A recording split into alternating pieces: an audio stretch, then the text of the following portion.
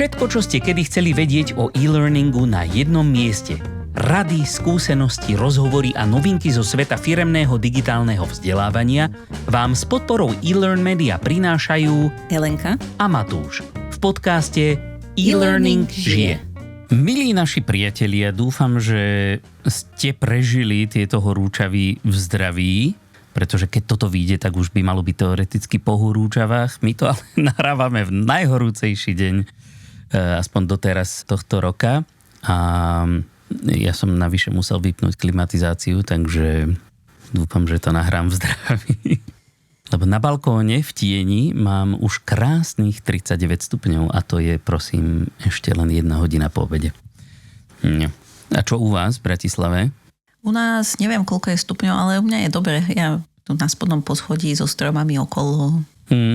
Ja som na vrchnom. Stromy nedočujú až sem. Ale nevadí. No, takže ja sa nemôžem sťažovať. Mne je dobre aj teraz, ale von nejdem. No dobre, ja budem musieť ísť po psa. No, tak každopádne, keďže sme takýmito krásnymi horúčavami vlastne započali leto, decka majú prázdniny, závidenia hodné, tak aj vy určite chystáte nejaké trošilinku, možno aspoň na chvíľku vypnutie z práce, možno nejakú dovolenčičku alebo niečo podobné. No a aby ste teda nepovedali, že nemáte čo robiť cez prázdniny, teda okrem toho, že nemusíte robiť konečne, ale občas je dobré načerpať nejakú tú novú inšpiráciu, niečo, čo ste možno doteraz ešte neskúsili, tak sme sa vám rozhodli, ako už tradične takto v lete, priniesť nejakých pár letných inšpirácií od nás, ktoré môžu, ale nemusia nutne súvisieť s našou prácou vzdelávačou. A tiež, ako už tradične, tak máme ich rozdelené do nejakých kategórií, ale tieto kategórie má asi k dispozícii skôr Elenka, pretože ja som sa trafil len do 2 kategórií. Tak možno, Elenka, povedz, aké sú kategórie, alebo začni rovno nejakou prvou. Akú tam máš? Hej, začnem prvou, ktorú máme, však nebudem vymenovať všetko, dôležité je len to, kde sme niečo našli. A prvá z kategórií je blogy alebo newsletter, ktorú som naplnila len ja. A tým pádom aj začnem. Teda ja by som len tu dala do pozornosti, už sme minulý rok alebo pred pár rokmi sme hovorili o takom časopise, ktorý sa volal, že Dirty Word a on sa teraz zmenil, už to nie je časopis, už je to v podstate blog, ako posielajú aj newsletter k tomu, ale je to hlavne blog a ten sa volá, že Hell ND a v podstate sú tam veci, ktoré sa týkajú vzdelávania. Články sú fajn, záleží od toho, kto ich píše, ale ten štýl, akým je to robené, takým tým hravým štýlom o tom, ako vlastne nejaká to je také dievča, poráža démonov, preto je tam ten hell. A tí démoni práve súvisia s tou našou prácou dizajnerov, vzdelávania, e-learningu a podobne. Takže je to také milé, by som povedala. Hej, ja sa tiež chystám si to prečítať, lebo ako som subscribenutý do toho newslettera a občas si aj niečo prečítam, ale ako trošku to tak flákam v posledných týždňoch. Ale strašne sa mi páči, jak je to kreslené. Ak ste náhodou videli pred týmto Dirty Word, tak asi budete vedieť, o čom rozprávam. Je to taký komiksový štýl. No a potom máme ešte jeden newsletter, ktorý, alebo teda tiež blog, ono je to vlastne asi to isté svojím spôsobom a ten sa volá, že Steal These Thoughts. Akože ukradni tieto myšlienky. A tým samozrejme nechceme navádzať na žiadnu zlobu. Ale mne sa tento koncept páči, že vlastne niekto dáva ako keby zaujímavé myšlienky a nápady presne preto, aby to ľudia použili. Preto to tak nazval, hej, že Steal These Thoughts, hej, že je jeho, veď on to sám píše. A teda píše to Ross Stevenson, je tiež pracuje v oblasti vzdelávania L&D. A má tiež celkom zaujímavé pohľady na to. On sa dosť venuje aj tomu, ako využívať aj AI a nástroje AI v práci, zároveň aj o iných veciach hovorí, čiže je to taký newsletter, ktorý je celkom aktuálny, by som povedala. Takže tento teraz čítam najnovšie tiež, tak odporúčam. OK, cool. A to sú za mňa všetky blogy alebo newslettere. A to nás privádza k ďalšej kategórii, a to sú podcasty a tam si myslím, že máš niečo aj ty, Matúš. Áno. No, tak daj. Ja mám jeden podcast, ktorý ale, ja sa priznám, že všetky moje dnešné inšpirácie, ktoré tu budem spomínať, sú vlastne inšpiráciami aj pre mňa, pretože sám sa im chcem venovať. A mám ich poznačené z rôznych konferencií a neviem akých podujatí, na ktorých som sa zúčastnil, kde mi furt niekto niečo odporúči a ja si robím zoznam, ale ešte sa nemám úplne tak cez rok väčšinou čas k tomu dostať, keď tak len tak po maličkách. No ale jeden podcast, ku ktorému sa určite chcem dostať, tak ten sa volá Cautionary Tales. Hej? Alebo teda nejaké výstražné rozprávky. Neviem, jak to krajšie preložiť. Neviem, ale... Rozprávky alebo príbehy, ktoré by nám mali slúžiť ako nejaká výstraha. Že v skratke sú to pravdivé príbehy, ktoré majú slúžiť práve na poučenie dospelých. Hej, tak ako aj našim deťom niekedy rozprávame všelijaké strašidelné príbehy, aby sa naučili nejaké cenné životné lekcie. Ideálne z tých príbehov, nie nutne z vlastných chýb. Tak aj my, dospeláci, sa máme stále z čoho učiť, z chýb ostatných, hej, z rôznych, proste či už sú to nejaké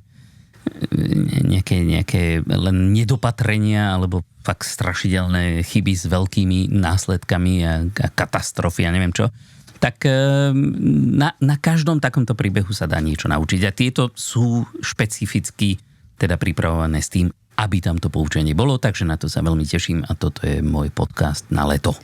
Akože teda sú to nejaké príbehy, v ktorých je to nejaké poučenie. Áno. Že sú to vlastne príbehy. Skutočné príbehy s poučením. No, okej. Uh-huh. No, a je to veľmi dobre. obľúbený podcast, akože už od viacerých ľudí som o ňom počul, práve preto sa na neho o to viac teším. Tak vidíš, tak možno sa to vypočujem aj ja. Uh-huh. No, dobre. Ja mám 2 podcasty, alebo respektíve jeden a potom jeden taký pridružený troška. Ten podcast, ktorý som objavila nedávno a celkom sa mi zapáčil, sa volá, že If Books Could Kill. To znamená, že keby knihy mohli zabíjať. Ktorý vedie Michael Hobbs a Peter Shamshiri. To sú vlastne takí 2 novinári, ale tak robili aj iné veci. Aha. A v podstate ten podcast je o tom, že oni rozoberajú, čo nazývajú oni, že také letiskové knihy. To znamená, že také tie populárne knihy, ktoré väčšinou nájdete na letisku, preto sú populárne, a teda preto ich tam nájdete, lebo sú populárne, teda ľudia ich čítajú, ale je to väčšinou taká populárna naučná literatúra. A rozoberajú ich a pozerajú sa na to, že nakoľko sú tie knihy v podstate dobré alebo zlé a kto to písal a čo tam čo tým chcem nesedí povedať. A podobne. A rozoberajú tam knihy napríklad ako sú dosť známe knihy, akože napríklad, že Sapiens, hej, alebo od Malcolma Gladwella tam mali 2 knihy, alebo že Bohatý otec, chudobný otec, taká tá klasická literatúra, vieš, Kam sa podiel môj sír. Áno, také bestsellery. A musím povedať, že na chvíľku, keď som ten podcast počúvala, tak si hovorím, lebo väčšinou je to tak, že kniha, ktorú rozoberajú, že väčšinou má nejaké chyby. Akože niektorá má menej, niektorá viac. Napríklad tam hovorili o atomových návykoch a akože že úplne tak veľa jej toho nevyčítali. Tam akože bolo vidno, že sa troška snažili niečo nájsť, ale až toľko tam našli, že v podstate akože tie typy boli dobré, ale ostatné veci, ale bolo tam zo pár takých vecí. No ale pri niektorých knihách si povieš, že toto sú že úplné, že lebo veľakrát, keď čítame takú knihu, tak si povieš, že tak snáď niekto, ten, kto to píše, tam tie zdroje, ktoré uvádza, sú správne, že si to overil, že ten človek urobil okolo toho nejaký research, ale veľakrát sa dozvie, že nie. Že to si ľudia len vymysleli. Alebo že to troška tak pozmenili, alebo si vybrali len to, čo potrebujú. Teraz som zrazu získala na chvíľku takú, musím povedať, takú skepsu voči všetkým týmto populárne naučným knihám. Ale potom som sa z toho samozrejme dostala, ale to, čo mi zostalo vlastne v tom, a asi by to tak malo byť od začiatku, hej, ale je to, že som si povedala, že tie knihy musím čítať aj ja trocha kriticky, hej, že nielen brať, že to, čo povedia, že tak to je a že teda asi to niekto overil, ale že sa nad tým naozaj kriticky zamýšľať, že či to dáva zmysel to, čo hovoria. Mhm. Takže odporúčam, akože je to celkom zábavné a vravím, že niektoré veci sa človek dozvie zaujímavé a tak. Takže toto je jeden podcast. No a potom ten druhý podcast, ktorý vravím, že je pridružený, lebo ten až tak úplne, no on má ako keby jeden z tých prezentujúcich, alebo ako sa to povie, podcastových hostov. On je to host, ale po slovensky to znie ako host, ale není host, lebo on je ten, čo to vedie. Je to ako doslovne preložené, ale ako proste podcaster. Áno, výborne, ďakujem.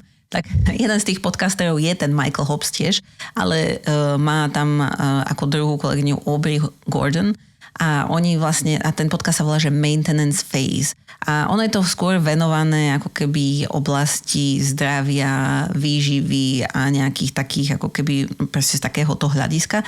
Čiže tam zase rozoberajú tiež rôzne knihy, nie len knihy, ale aj iné veci, ale aj knihy. A napríklad tam rozoberali tú knihu, že Prečo spíme. A tiež mala svoje problémy. Tak si hovorím, že aj tam sa dajú nájsť niektoré veci, ktoré sú zaujímavé a možno súvisia s tým, čo ľudia v našom okolí čítajú. Ale keď to niekoho zaujíma, tak aj z hľadiska takého toho zdravia a iných vecí. No pekne. Takže tak, to sú moje 2 podcasty. No dobre, ďalšia kategória? Ďalšia kategória sú knihy. A toto je asi kategória, v ktorej máme toho obaja najviac. Hej. Takže... Pretože ty si skutočný knihomol a ja som rádoby knihomol. To znamená, že strašne chcem čítať veľa kníh a veľa ich mám aj kúpených, ale tak nejak menej sa k tomu dostávam cez tieto digitálne médiá. Proste som posadnutý dopamínom, vieš, a tie knižky je to také pomalšie, no musím sa trošku zase preorientovať. No tak poď, čo tam máš? No dobre, tak ja sa vždy snažím, akože, keďže viem, že táto epizóda príde v lete, tak sa snažím troška čítať niečo, čo je z našej oblasti hlavne. A čítala som knihu, ktorá sa volala, že Lean Learning, ktorú napísal Pat Flynn. Je to taká veľmi krátka knižka, ktorá má podtitul, že How to achieve more by learning less. To znamená, že ako dosiahnuť viac tým, že sa človek učí menej. Čo v dnešnej dobe, keď je fakt pretlak všelijakých informácií, tak znelo to akože veľmi dobre, hej, že áno, nepotrebujem sa učiť úplne všetko, potrebujem sa učiť správne. A ono tá kniha v podstate nebola zlá, ale nebola ani úplne dobrá, by som povedala. Ale takto, záleží od toho, že kto to číta. V tej knihe bolo strašne veľa príkladov, ktoré aj o učení, hej, aj o tom, že ako si nastaviť, že čo sa učiť, a to znamená, že aj my ako vzdelávači v tom máme ako keby nejakú možnosť aplikovať toto na to, ako to vzdelávanie nastavujeme. Tak toto tam bolo o tom, ako sa učiť. Potom tá druhá časť už bola skôr o tom, ako dosahovať nejaké ciele, čo samozrejme troška s tým učením súvisí, ale nie až tak veľmi, že ten začiatok bol hlavne o tom učení sa alebo vzdelávaní sa. Takže to bolo dobré, ale bolo tam ako keby veľa takých príkladov, ktoré keď človek sa pohybuje v tejto oblasti, tak už som počula, hej, že keď tam bolo že nejaký príklad na ilustráciu nejakej veci, tak už som to počula 50 krát, hej. Takže ako keby som sa tam nedozvedela úplne nové veci, ale ak náhodou niekto ešte nie je v tej oblasti, alebo v oblasti takej tej motivačnej literatúry, tak je to celkom krátka kniha, je to tam pekne zhrnuté a tak. Takže akože má aj tá kniha troška svoj význam, ale no, pre človeka, čo už niečo čítal, tak som si hovorila, že na čo táto kniha vznikla, keď už vlastne on iba opakuje, čo iní hovorili. Ale všetky knihy sú také... No, to zase nebudeš tak prehnane kritické. To práve, že nie sú. A čo ma privádza k mojej druhej knižke. A tu napísal David Epstein. A tá sa volá Inside the Box. Tiež vyšla ešte nedávno, takže myslím si, že ešte nie je preložená, ale jemu vyšla aj predtým knižka, ktorá sa volala, že Všestrannosť na Slovensku. Takže predpokladám, on je celkom ako populárny autor, takže predpokladám, že aj toto bude čoskoro preložené. A nerozprávali sme o tejto knižke náhodou? Už? Nie, ja som ti ho nerozprávala, ale nerozprávali sme v podcaste. Aha, okej. Áno, lebo si sa začudoval nad tým Epsteinom. Hej, že no relations k aktuálnej americkej kauze. Som sa pozerala, ak sa volal ten druhý Epstein a ten sa volal Jeffrey, tento je David. Hej, dobre.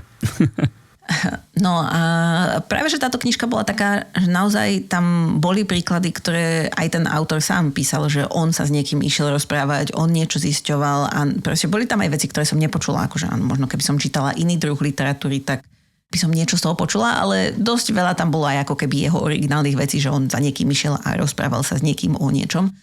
Takže že to bolo fajn. A bola to knižka o obmedzeniach, tak trocha to súvisí s tou našou predchádzajúcou epizódou, lebo tá bola inšpirovaná touto knižkou. Aha. bola to ako keby jedna vec spomínaná, keď sme sa bavili o tých constraint-led approach, teda prístup založený na obmedzeniach, tak to bola vec, ktorá bola spomenutá v tejto knižke a z toho potom vznikla tá epizóda. No a teda o tom, že ako nám obmedzenia pomáhajú, že keď má človek úplnú slobodu, tak veľakrát to práve že vedie k tomu, že nevytvoríme nič nové alebo neposúvame sa ďalej, ale že keď si dáme nejaké obmedzenia, napríklad aj v tom učení, hej, niekedy by sa dalo povedať aj, že je to vlastne ako taký výstup z komfortnej zóny v niektorých prípadoch, ale v niektorých je to, že nastavenie obmedzenia, hej, že čo nebudeš robiť, aby si sa prinútil robiť tie veci, ktoré by si chcel. A bol tam veľa príkladov, že kedy to funguje ako. Niektoré samozrejme boli také, že či by som toto nazvala obmedzenia, ale chápem, že keď niekto o tom rozpráva, tak to všade vidí. Ale ako bolo to zaujímavé, musím povedať. A dozvedela som sa tam jednu zaujímavú vec, ako napríklad, že p-hacking, čo som nevedela, čo to je. A že to je ako keby v dnešnej dobe celkom veľký problém. Je to vlastne, že keď sa ako keby že pozeráš na nejaké dáta, ktoré už máš a tam uvidíš nejakú hodnotu, ktorú si predtým nemeral. A teraz to vyzerá, že tá hodnota je tam signifikantná a že ono sa ti to tak zdá, hej, že v tých dátach sa to objavuje veľakrát a teda má to nejaký význam. Ale že vlastne to nie je úplne ideálna metóda, vlastne to je celkom zlá metóda, lebo pokiaľ si sa to nevydal hľadať zrovna túto hodnotu, ktorú tam vidíš, tak ty si to vlastne len vymyslel. Hej? Že náhodou je tam tá korelácia, teda s najväčšou pravdepodobnosťou. Asi som to úplne dobre nevysvetlila, ale...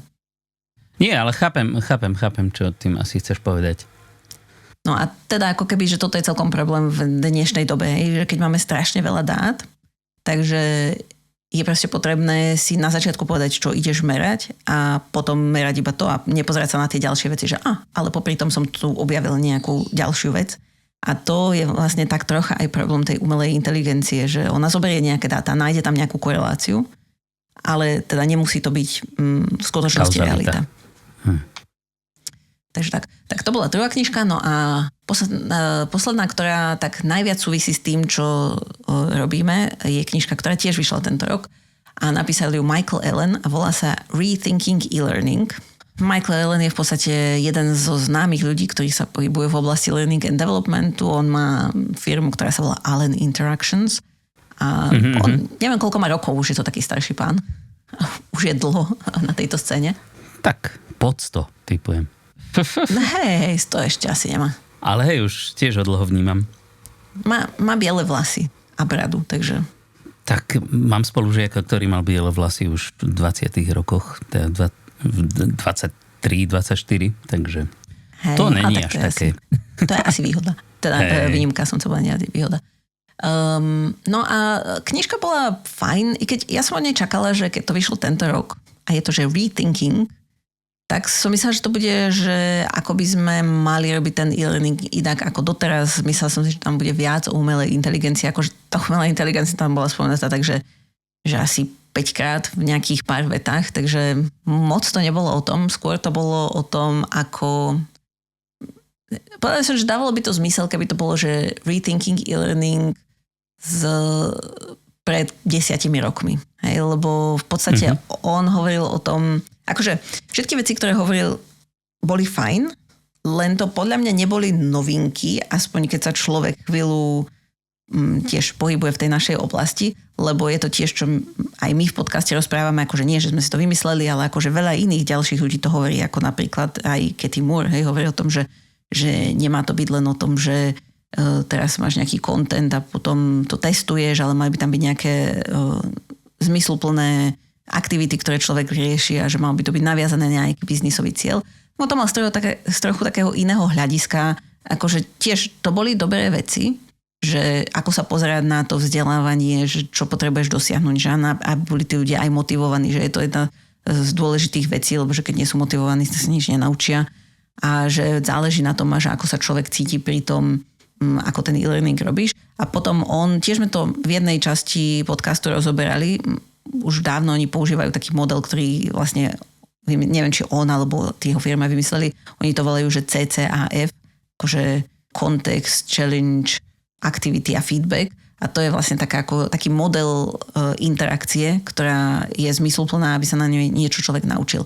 Takže aj o tomto tam písal a potom tá posledná časť bola ako keby o projektovom manažmente v rámci takéhoto vzdelávacieho procesu, to znamená, že aj oni sú firma, ktorá dodáva e-learning a že ako vlastne si nastaviť na začiatku celý ten proces. Čo sú vlastne veci, s ktorými sa aj my stretávame, hej, že tak upozorňoval na to, že dajte si pozor, aby sa tie očakávania nastavili na začiatku, aby tam boli prítomní všetci tí ľudia, alebo najväčší problém je, keď sa to potom mení na konci a potom už nie je na to budget, alebo neviem čo, hej, alebo je to veľa roboty a podobne. Takže ako, boli tam veľmi dobré tipy, ako to robiť. Mal tam veľa, bolo to veľmi také štrukturované, hej, že v podstate na každú časť toho procesu tam mal, že toto sú tie otázky, ktoré sa pýtajte a toto si skúste zabezpečiť. Čiže je to dobrý návod, ako k tomu pristupovať.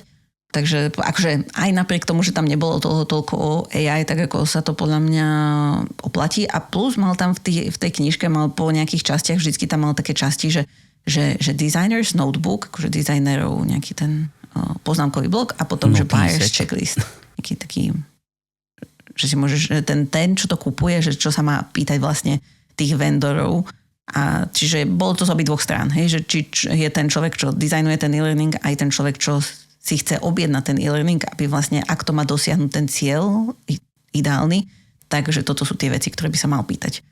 Takže to bolo fajn. A potom potom tam bola ešte jedna taká bonusová časť, akože dosť veľká bonusová časť, on to volá, že Allenisms, to sú jeho nejaké také myšlienky, ktorými sa oni riadia, neviem, koľko ich tam bolo, asi 40 skoro, tak to sú také akože krátke myšlienky alebo princípy, ktorými sa riadia, vysvetlené, že prečo to tak je. Takže akože celkom fajn kniha. Viem, že nie úplne...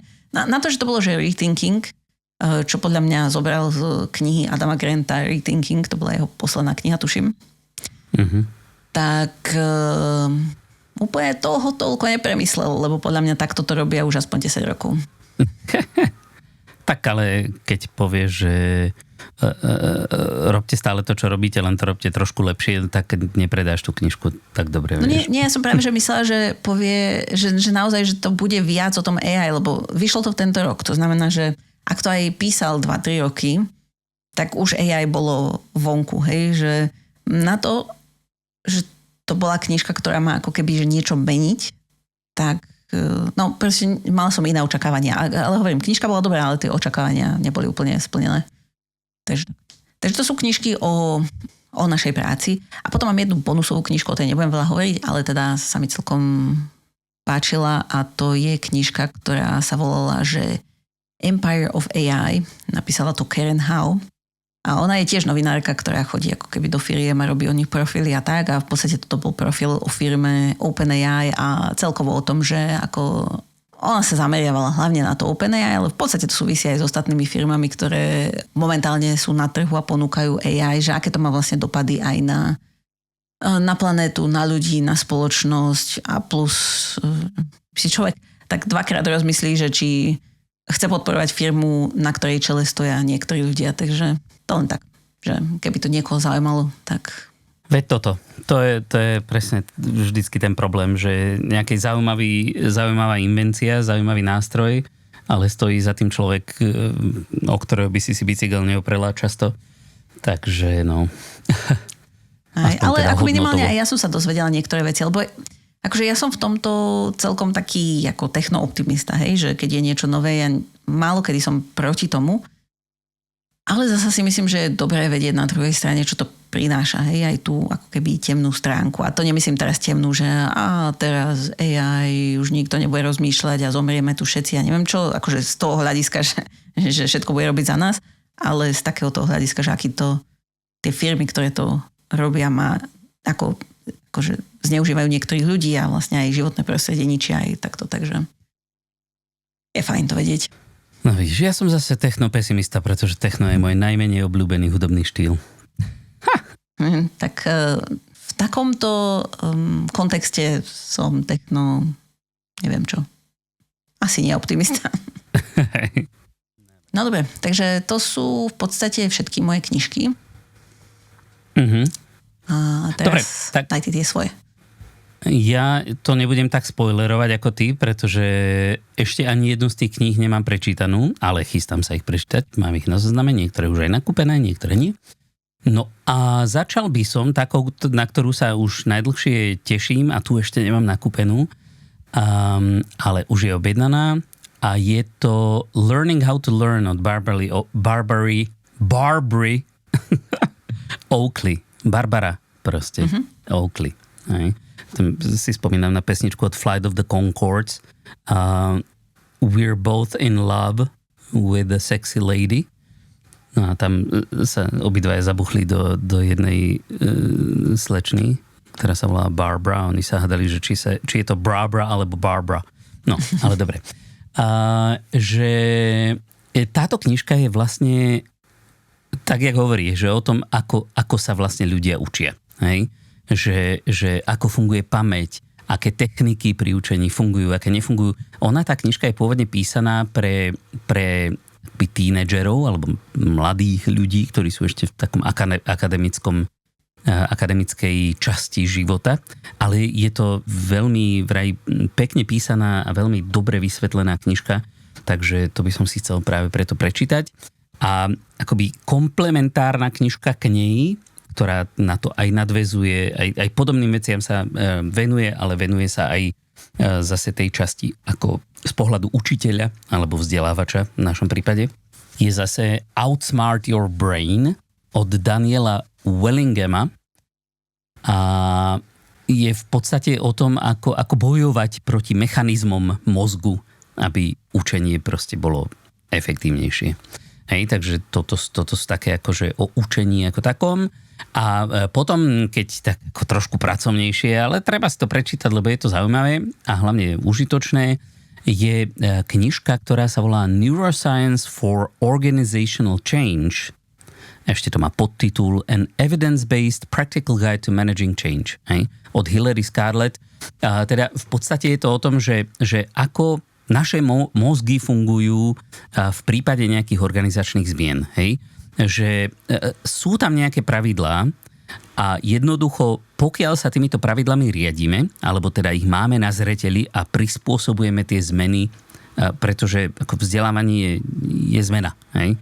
Keď sa naučíš nové veci, pretože potrebuješ robiť nové veci, tak jednoducho to je zmena. A keď sa týmto riadíme, týmito pravidlami, máme ich na zreteli a proste prispôsobujeme riešenia naše týmto pravidlám, tak celá tá zmena dokáže ísť oveľa ľahšie. Hej? A je to aj organizačná zmena na úrovni veľkých organizácií. A jasne, že vždy bude nejaký odpor a zároveň vždy budú nejakí nadšenci, ale jednoducho, keď sa to správne uchopí, tak sa to dá zvládnuť lepšie. Dobre, potom je tam taká knižka zaujímavá od Matthewa Syeda, Black Box Thinking. V skratke, lebo to je sranda, že tam v popise je, že Black Box Thinking je nový prístup k dosahovaniu špičkových výkonov, spôsob, ako získať náskok v zložitom a rýchlo meniacom sa svete. To znie tak ako predajne, ale v zásade ide o to, že ako sa nebáť robiť chyby za predpokladu, že ich veľmi striktne vnímame ako príležitosti k poučeniu. Hej? Takže je to niečo, čo ja napríklad učím moje deti, ale ako veľmi dobré recenzie sú na túto knižku a práve preto si ju chcem prečítať. Ja som ju čítala, bolo to celkom fajn. Hej? Dobre, takže ako pridávaš sa k odporúčaniu? Hej, pridávam sa. Akože tiež som sa tam dozvedela zaujímavé veci. Aj nové, ktoré som nevedela, takže hej. OK, dobre, tak na to sa teším. No a potom mám ešte 3 knižky, ktoré sa všetky týkajú šťastia. Každá trošičku inak. A prvá je Happiness by Design od Paula Dolena. Čítala si? To som nečítala. Dobre, som rád. Že v zásade v tej knihe sa hovorí o tom, že ak chceme byť šťastnejší, a to je ako veľmi zjednodušené teraz, tak musíme sami aktívne premeniť naše bezprostredné okolie. V zásade my sa musíme správať šťastne a šťastiu naproti idúcky, aby proste sa to šťastie nakoniec aj dostavilo. Hej? A samozrejme, že to podporuje vedeckými poznatkami a veľmi taká ako veľa príkladmi podložená kniha. Takže na toto sa teším. A potom 2 sú také od toho istého autora, a to je Daniel Lieberman. A to je, prvá je Molekula šťastia, čo je ako o dopamíne. A tu je v zásade ako vysvetlené to, že ako funguje dopamín, lebo my ho máme, ako nesprávne sa označuje v takej bežnej hovorovej reči, že je to molekula šťastia, ale ona nie je v pravom zmysle slova v tom, že sa tešíme z toho, že sme dosiahli nejaký perfektný výsledok, že sa nám niečo krásne stalo. Že dopamín je molekulou, alebo teda sa vyplavuje, je neurotransmiterom, ktorý sa vyplavuje v očakávaní nejakej dobrej veci. Nej? A preto sme my neustále drivovaní proste okolo chcieť viac a lepšie a tak. V originále sa táto kniha volá nie Molekula šťastia, alebo Molecule of Happiness, ale Molecule of More. Hej? Že stále chceme viac. Tak to je dosť veľký rozdiel. Hej. Ale to proste neviem, z nejakého dôvodu to preložili ako molekula šťastia. Asi to znie lepšie. No, a v zásade, že v tej knižke sa píše o tom, že je dôležité, ten dopamín zohráva obrovskú úlohu v našom živote. Hej? Vďaka tomu hľadáme nové veci a nakoniec žneme aj úspechy, lebo sme za nimi hnaní a objavujeme a prosperujeme. Ale zároveň proste hazardujeme a mrháme a proste sme ovládaní kadejakými sockami, ako myslím sociálne siete a podobne. Že aj toto jednoducho, za toto je zodpovedný ten dopamín. Takže tu je to vysvetlené také akože o tom dopamíne všetko, čo s ním súvisí. A druhá knižka, ktorá vyšla tento rok, tiež od Daniela Liebermana, je Ovládnite molekulu šťastia. A tam už by mali byť akoby aj na základe nejakých vedeckých poznatkov nejaké akoby praktické riešenia tohto nášho problému s dopamínom. Hej? Že nás to údajne naučí prekonať tento najproblematickejší aspekt nášho biologického naprogramovania. Takto som veľmi zvedavý, pretože tú prvú knižku už mám rozčítanú, je to zatiaľ zaujímavé a teda určite sa chystám prikúpiť aj tú ďalšiu. Takže toto sú moje knižky, ktoré ja sa chystám čítať. Ak by ste chceli z toho niečo čítať aj vy, tak potom dajte vedieť a môžeme potom pokecať niekedy. Môžete si spraviť takzvaný buddy read, že to budete spolu čítať. To zase nie, ja som v tomto asociál. Rád čítam sám. Však to každý číta sám, ale čítate v tom istom čase a potom sa o tom viete rozprávať. Ja, no dobre. OK. No, dobre, takže za mňa všetko ku knižkám. No dobre, tak potom mám ja len poslednú kategóriu a to sú buď osobnosti alebo YouTube kanály, akože toto moje odporúčanie je taký akorát jedno video, ale v podstate aj ten kanál. Mr. Beast. Nie. Je to taká matematička, sa volá, že Hannah Fry. Jasné. A ona začala teraz robiť s Michaelom Stevensom z Vsauce podcast. A to neviem. Teda teraz, asi pred rokom, ale ako super oni sú perfektní dvaja spolu. Nepoznáš Michaela Stevensa, Vsauce? Hej Vsauce, Michael here. Taký plešatý, vpuzatý, strašne dobrý. No ale prepáč, skočil som ti do toho. No a v podstate, ako ten kanál je všeobecne taký vzdelávací, hej, že ona hovorí o zaujímavých veciach, čo ju napadne. Ale mala také video, ktoré potom nalinkujem samozrejme, ktoré sa volalo, že prečo sú AI agenti tá najlepšia alebo najhoršia vec, ktorú sme kedy spravili. Ale znie to síce zvláštne, ale čo bolo zaujímavé na tom videu je, a čo teda môže pomôcť nám všetkým je, že celkom tam vysvetľovala, že ako sa líši ten AI agent od toho klasického nejakého chatbota a ukazovala, že čo to dokáže, lebo oni tam robili nejaký experiment s tým. Bolo to aj vtipné, veľmi jednoduché na pochopenie, takže to odporúčam. A ona je taký ako keby ten vedecký komunikátor, alebo ako človek, ktorý komunikuje vedu, takže má taký prístupný štýl, teda aj iné veci. A hlavne ona je popularizátorka matematiky. Áno. O to zaujímavejšie to je. Hej. Ale fakt akože pozri si niekedy, myslím, že sa to volá ten ich podcast The Rest is Science. A je to práve Hannah Fry s tým Michaelom Stevensom. On je Amík, ona Angličanka, ale obidvaja majú taký veľmi zaujímavý pohľad na veci a také akože aj pikošky tam často rozoberajú, že vedel si o tom, že toto a tam. A strašne veľa zaujímavých vecí. A Vsauce je jeden z zaujímavejších kanálov na YouTube už roky rokúce. Už teraz teda menej, už je ich aj viac Vsauceov, ale on vždycky, ten Michael dával, že jedno video za mesiac alebo tak, ale proste to boli strašne dobré videá. Hej, tuším si ten Vsauce až teraz, jak to si povedala asi 10. krát, až teraz som si spomenula, že ako sa to asi píše, že čo je to za slovo. Že tuším si ho spomínal tiež v nejakých tých inšpiráciách, jedných z prvými našich, takže... Áno. Jedných z prvých našich. Dobre, tak to je v zásade asi všetko. Dobre. Na toto leto myslím, že je to dosť, že už len keby ste sa posnažili prečítať si, ja neviem, 2 z tých knížiek, tak to stačí. Ale samozrejme, každý si toho môže vybrať, čo chce. My sme viaceré tie knižky sme spomínali hlavne v angličtine, lebo tak mnohé z nich sú, ale keď vám budeme linkovať tie zdroje, čo ich vždy nájdete na našej stránke, tak sa pokúsime nájsť, či existuje aj slovenská alebo česká verzia. Nevieme to zaručiť, niektoré veci určite neexistujú zatiaľ, ale niektoré. No a ešte sme zabudli na jednu vec, čo sme chceli proste upozorniť, čo je tiež na našom to-do liste, a to je úplne čerstvúčka knižka od nášho kamaráda Tomáša Langera Learning and Development krok za krokem. Základy rozvoje a vzdelávání v organizáciích. Takže toto je určite veľmi zaujímavá knižka, na ktorú sa veľmi tešíme. Hej, a Tomáš sľúbil, že nám príde porozprávať o nej do podcaste, keď si ju prečítame. Teda on nedal ako podmienku, že si ju máme prečítať. Ale bolo by vhodné, keby sme si ju prečítali. Ale keď už si ho máme kvôli knižke, tak určite si ju chceme prečítať a to je teda náš plán na leto. Takže keď si ju všetci v lete prečítame, tak sa potom môžeme všetci spolu o tom rozprávať. A kľudne vieme urobiť aj to, že môžete poslať otázky a spýtame sa ho. Presne tak. No dobre. Tak nejaké posledné slova pred letom? Nie, že by sme ako na 2 mesiace nemali podcast, ale teraz začíname leto.